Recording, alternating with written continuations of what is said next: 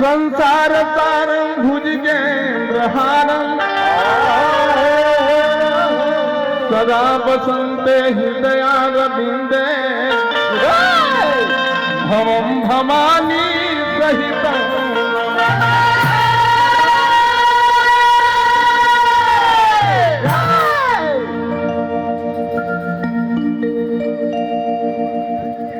कोई भक्त कहेलन कि भोले बाबा बुर्बक हो, लेकिन भोले बाबा बुर्बक ना, भोले बाबा होशियार हो। कहे कि अरे शंकर बाबा होशियार और साले साले करे नबी बहावा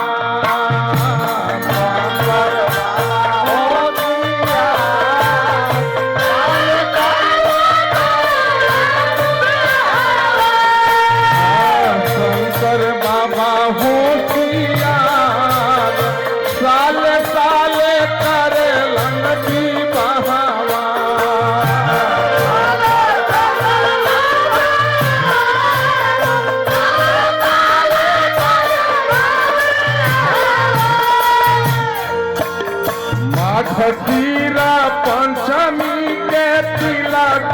चढ़ावेला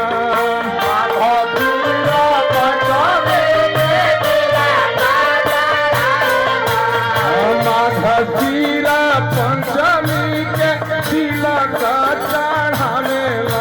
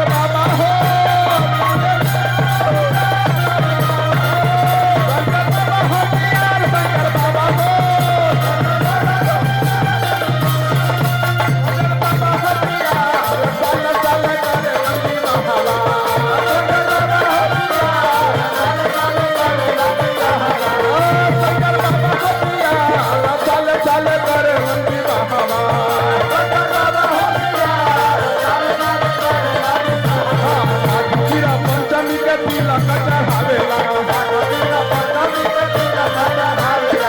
खतीरा पंचमी के तिलक चढ़ावेला तिलक चढ़ावेला तिलक चढ़ावेला